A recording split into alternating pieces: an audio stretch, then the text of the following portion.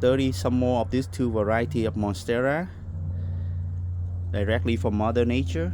This one most people call it Monstera borsigiana. It had produced a fruit many months ago. Now it's continue growing and produce another fruit for now. On the other hand, this is Monstera deliciosa.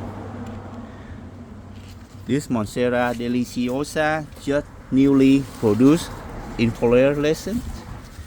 This inflorescence 1, 2, 3. Even though they are about the same age, were collected and grow from seeds, and they were planted in the same location. The Monstera borsigiana produce fruit sooner than Monstera deliciosa.